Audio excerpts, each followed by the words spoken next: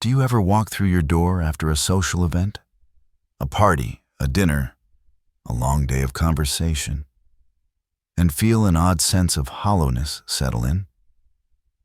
Not sadness, not boredom, just emptiness.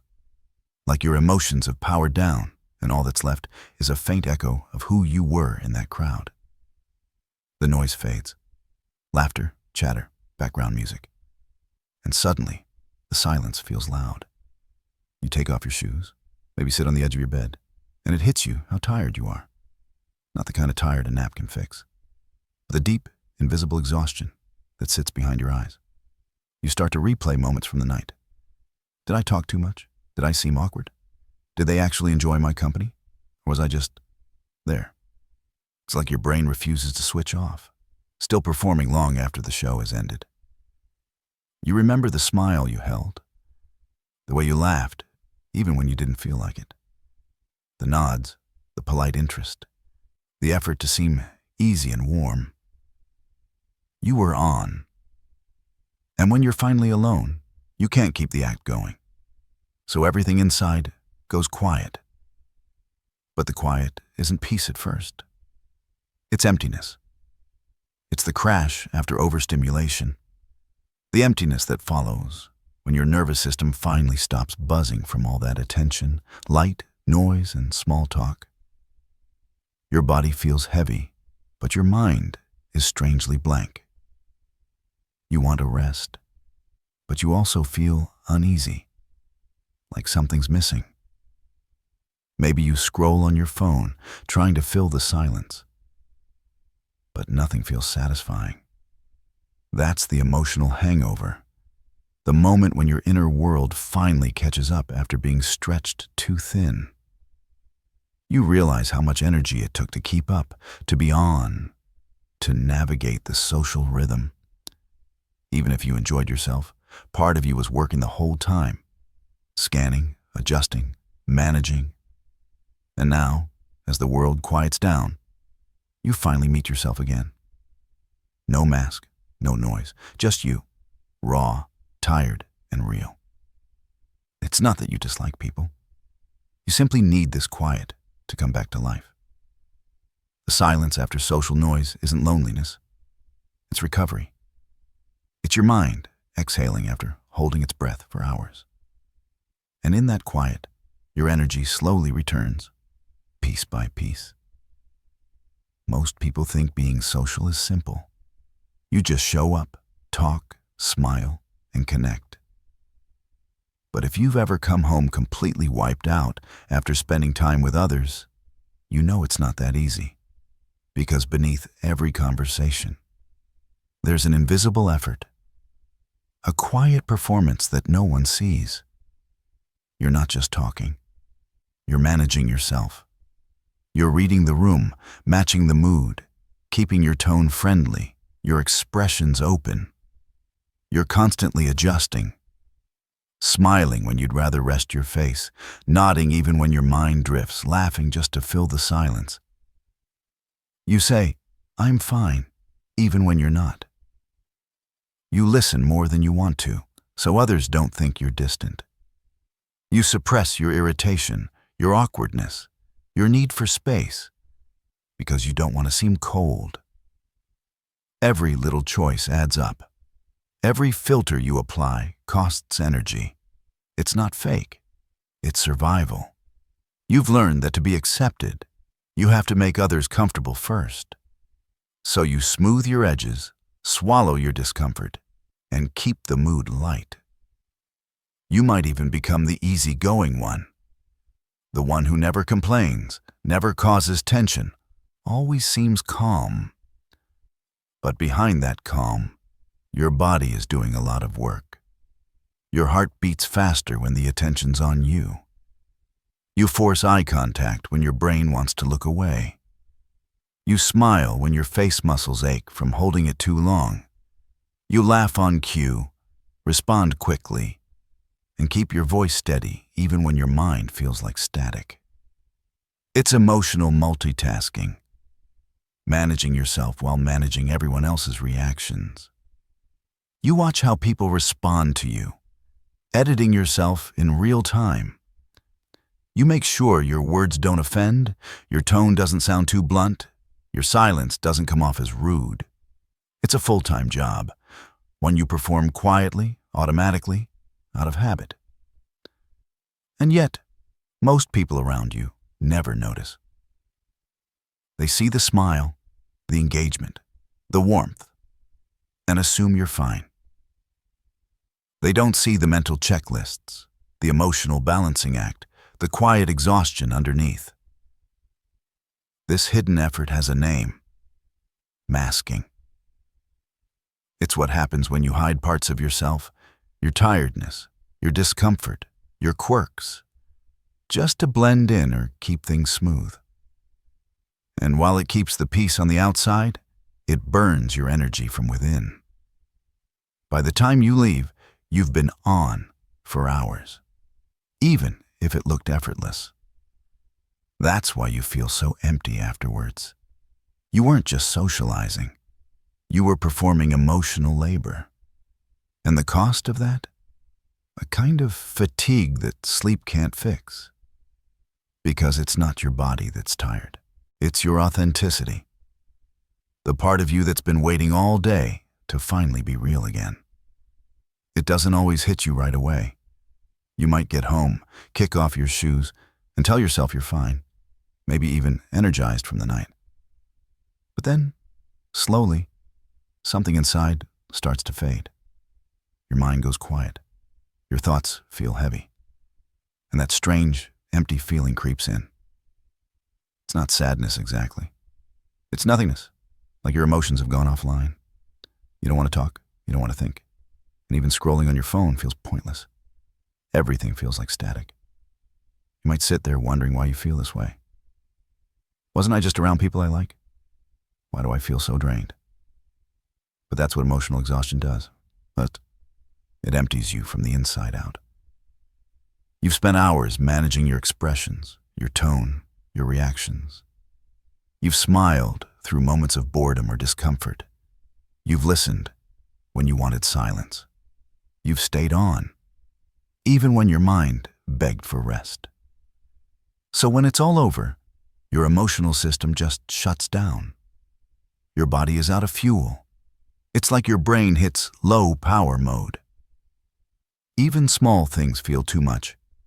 Answering a text, deciding what to eat, responding to a simple question.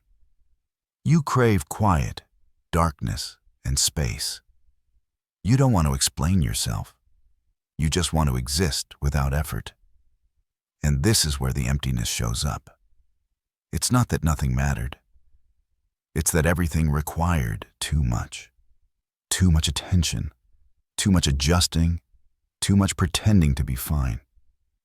Emotional exhaustion feels like losing connection to yourself. You can't feel joy, excitement, or motivation. Only stillness, like your inner world has gone flat. And yet, beneath that emptiness, your mind is whispering. You gave too much. You need to come back to you. The truth is, this isn't weakness. It's a natural response to being overstimulated and emotionally overextended. Your mind and body are simply protecting you by pulling back. It's how your system says, enough for now. And once you allow yourself to rest, the emptiness doesn't last forever. It slowly turns into calm, the kind that feels like breathing again after holding it for too long. Pretending to be fine sounds harmless, but it's one of the most energy-draining things you can do. Because every time you hide a real emotion, you create tension inside your body. Every time you smile through discomfort, you split yourself in two. The version others see and the version that stays silent. Masking means you're constantly watching yourself from the outside. You're performing and observing at the same time. You're thinking about what to say, how to say it, how it might sound, and how people might react. It's like running 10 different tabs in your brain, all while trying to appear calm and natural. Your nervous system stays on high alert, scanning for danger, rejection, or disapproval, You monitor facial expressions, tone shifts, little cues in other people's voices, and even though no one sees it, your body feels it. Your shoulders stay tight, your jaw clenches, your breathing becomes shallow. That's the price of constant self-control. It's not about faking who you are. It's about survival. Maybe you learned early on that being too quiet, too emotional, or too different led to judgment. So now, you adapt. You hide your exhaustion behind small talk. You turn down your sensitivity to seem easygoing. You keep your real reactions tucked safely inside. But energy can't be hidden forever. The more you mask, the more disconnected you feel from yourself. It's like trying to hold your breath while still looking relaxed. Eventually, you run out of air. This is why you come home from social events and crash. Your body finally stops performing, and everything you held in comes rushing back. The fatigue, the irritation, the quiet sadness. You realize how much effort it took just to appear normal. Masking drains not just your social battery, but your sense of authenticity. It convinces you that being yourself is risky. And that's what truly exhausts you, because deep down, your mind isn't tired from people. It's tired from pretending to be okay. And when you finally stop masking, even for a moment, you can feel the difference. Your breath deepens, your shoulders relax, you start to feel real again. That's the moment your energy begins to return, not because you rested, but because you stopped performing. When your energy feels drained and your emotions feel flat, your instinct might be to push through, to stay busy, stay connected, or pretend you're fine. But emotional exhaustion doesn't heal through more noise. It heals through stillness.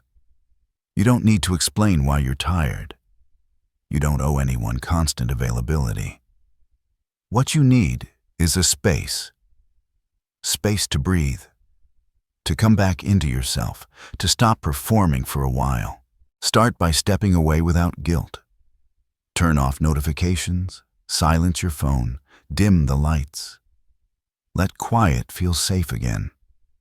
At first, it might feel uncomfortable, like you're doing nothing. But nothing is exactly what your nervous system is asking for. Give your body small comforts. Change into soft clothes. Drink water slowly.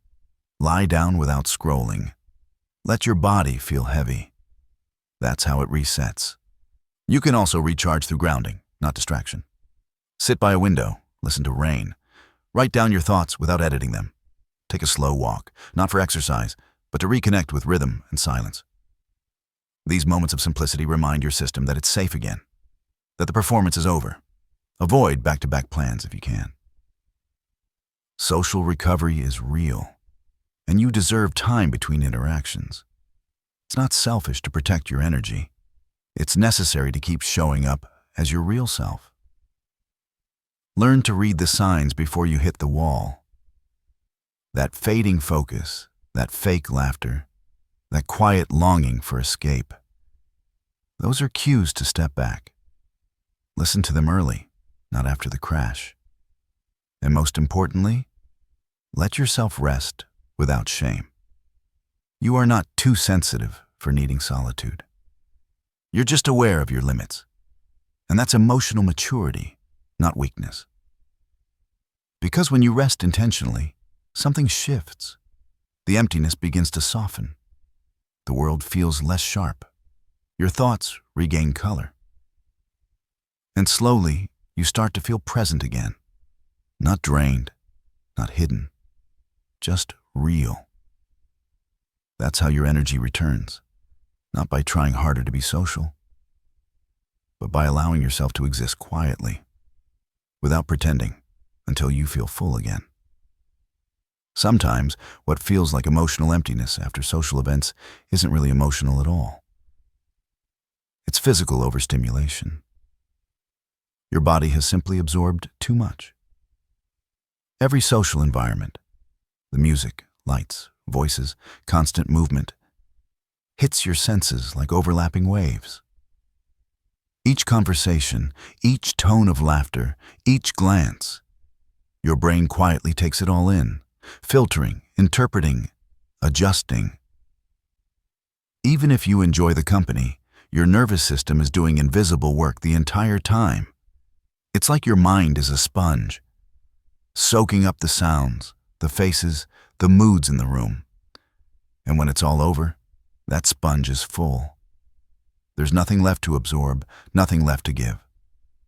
So you go still, not because you're sad, but because your system needs to unload.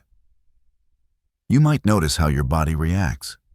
Your shoulders feel tight, but you don't know why. Your head feels heavy, like it's full of noise you can't turn off.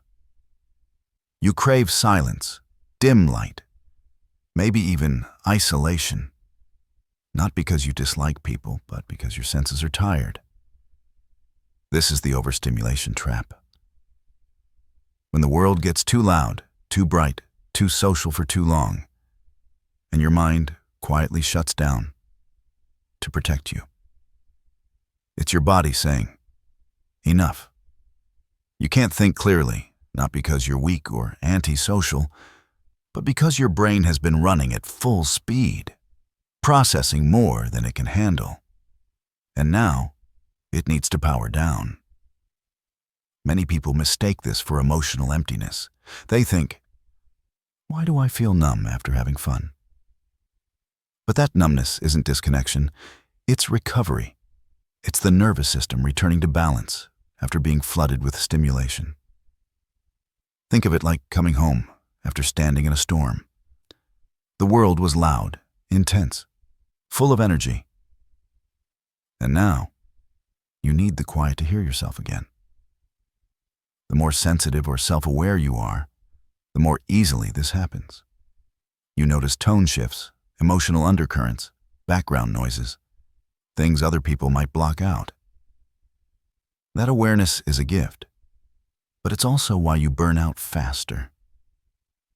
To avoid the overstimulation trap, you don't need to withdraw from people entirely. You just need recovery rituals. Take a walk in silence. Sit in dim light. Breathe slowly until your body relaxes again. Let yourself feel the weight leaving your shoulders before you try to re-engage with the world. Because sometimes the cure for feeling empty isn't more connection. It's less input. Not isolation, but decompression.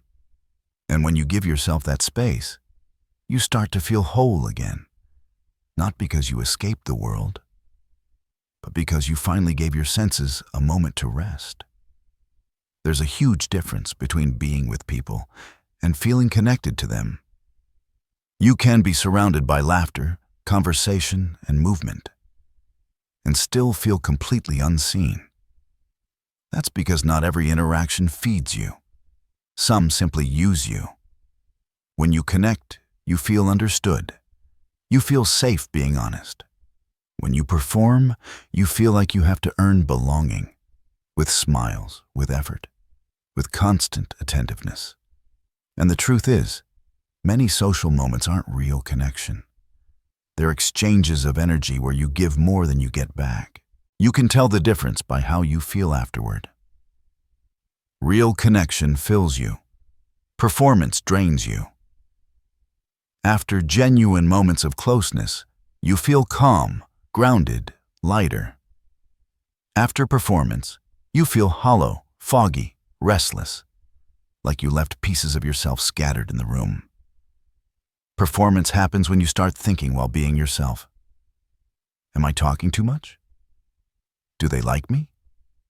Did I sound weird? You leave the present moment and step into your head. You start managing how others see you instead of simply being there. Connection, on the other hand, doesn't demand strategy. It feels natural, soft, unforced. You don't have to fill the silence. The silence feels comfortable. You don't have to rehearse. Your truth is enough. It's not about impressing. It's about understanding.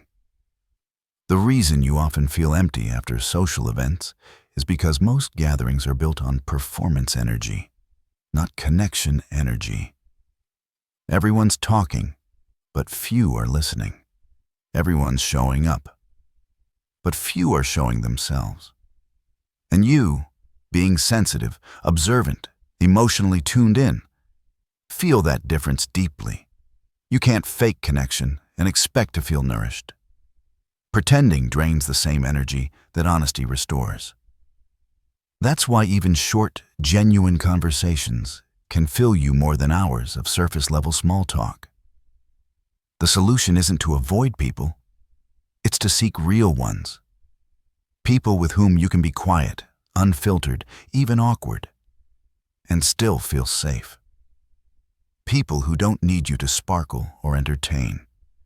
People who give you permission to exist, not perform.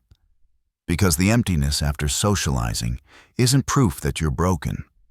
It's proof that you crave depth. And when you find it, when you stop performing and start connecting, you stop coming home feeling hollow. You come home feeling seen. You've spent so much of your life learning how to be likable, how to smile when you don't feel like it, how to agree when you'd rather stay quiet, how to make everyone else comfortable, even when you're uncomfortable. But that version of you, the one who's always fine, always polite, always okay, comes at a cost. It keeps you accepted, yes, but it also keeps you exhausted. The truth is, you don't have to perform to be loved. You don't need to shape-shift to belong. Real connection doesn't require constant effort. It flows when you stop trying so hard to manage it. Being real doesn't mean being harsh or detached. It means being honest about what your energy can handle. It means saying, I need some quiet tonight, instead of forcing yourself to show up. It means not smiling when something hurts, not pretending when something feels wrong. The people who truly care for you won't need the mask. They'll feel safe around your truth. They'll understand that your silence isn't distance, it's restoration. That your need for space isn't rejection, it's recovery. They'll see that you aren't being cold, you're just protecting your peace. And when you start living this way, something powerful happens. Social events stop feeling like battles to endure. You stop rehearsing every word in your head. You stop coming home feeling hollow. Instead, you feel grounded because you showed up as you. You no longer spend energy pretending to be easy or interesting or endlessly available. You give what feels genuine and keep the rest. You realize that you don't need to be pleasant to be worthy. You just need to be present. Fully, honestly, quietly present. And in that authenticity, connection becomes lighter. You draw in people who respect your pace, who match your energy, who don't drain you. You start to feel calm, even in company, because you're no longer split in two. When you stop masking, you stop losing yourself in others. You come home not empty, but peaceful, not overstimulated, but centered. And that's when social life starts to feel like what it was always meant to be. Not a performance, but a place where your real self can breathe. There comes a point when you realize it was never really about hating people or being too sensitive or needing to toughen up. It was about energy, about how much of yourself you give away without noticing, about how much effort it takes to keep everyone else comfortable while slowly drifting further from your own peace. Feeling empty after social events isn't a flaw. It's feedback. It's your mind and body whispering. You've been away from yourself too long. It's not loneliness. It's not rejection. It's simply your system asking to come home. And home isn't a place. It's a state of being. It's that quiet moment when the noise fades and you finally hear your own thoughts again. When you take off the mask, breathe deeply, and realize how heavy it was. When you stop trying to be enough for everyone else and start being enough for yourself.